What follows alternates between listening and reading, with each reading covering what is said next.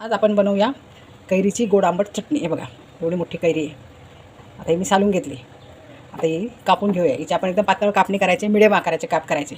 आता मी करते बघा. आता हे बघा ही मोठी कैरी होती ना, त्यामुळे असे काप करून घेतले मी. पातळ नाही करायचे, नाही तर मग ते शिजल्यावर एकदम तुटून जातात. असे करायचे मोठे मोठे. आता आपण याची रेसिपीला सुरुवात करूया. आता मध्ये 2 चमचे तेल टाकून घेतले. जास्त तेल नाही लागत त्याला. थोडी मोहरी टाकून घ्यायची. मोहरी टाकायची. थोडा हिंग टाकून घेऊया आपण. तर थोडा जिरे टाकायचे थोडे. थोडा ओवा घ्यायचा. बडीशोप घ्यायची. बडीशोप थंड असते ना, कैरी जशी थंड असते शिरायला तशी ती पण थंड असते.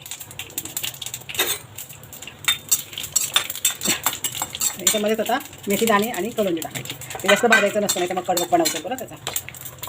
कैरीच्या पोळी टाकून घेऊ आपण लगेच.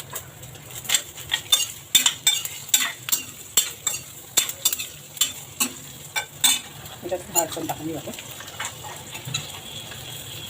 टाकायचं. काश्मीरी तिखट टाकते. म्हणून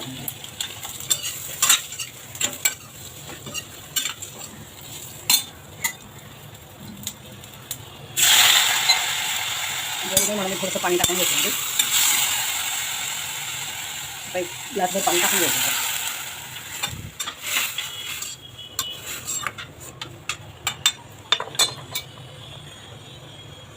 त्यात थोडंसं मीठ टाकते. झाकून ठेवून आपण शिजून घेऊ. मीठ अंदाजाने टाकायचं, कारण नंतर आपल्याला चाट मसाला ते टाकायचे काढायचं. आता हे शिजून घेऊ आपण थोडंसं. हे जास्त शिजवायचं नाही, एक 3-4 मिनटं शिजवायचं. कैरी लवकर शिजते.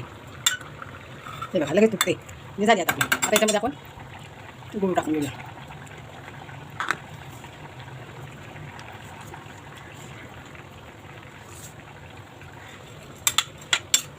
छान गुळाच्या याच्यामध्ये शिजवून घेऊया आपण.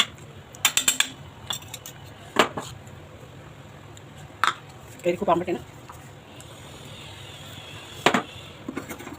आता पुन्हा आपण झाकून ठेवून 2 मिनटं शिजवून घेऊ. आता याच्यामध्ये राहून गेलं मला दाखवायला ते चाट मसाला टाकला मी, काळं मीठ टाकलं थोडं, आणि अर्धा चमचा गरम मसाला टाकला. आता हे परत थोडंसं 2 मिनटं फक्त आपण हे करून घेऊ. बघा हे झाली आपली गोड आंबट चटणी तयार. हे बघा किती छान ट्रान्सफर झाली बघा आपली कैरी. इतका सुंदर सुवास येतो.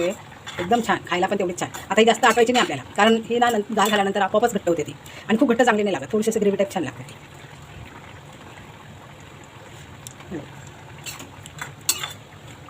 आता ही काढून घेऊ आपण. झाली आपली गोड आंबट चटणी कैरीची तयार. बघा आपली कैरीची चटणी गोड आंबट किती छान झाली. तर खायलाही तेवढीच टेस्टी, आणि झाल्यानंतर घट्ट पण झाली ती थोडी. एकदा नक्की करून बघा तुम्ही अशी गोड आंबट चटणी.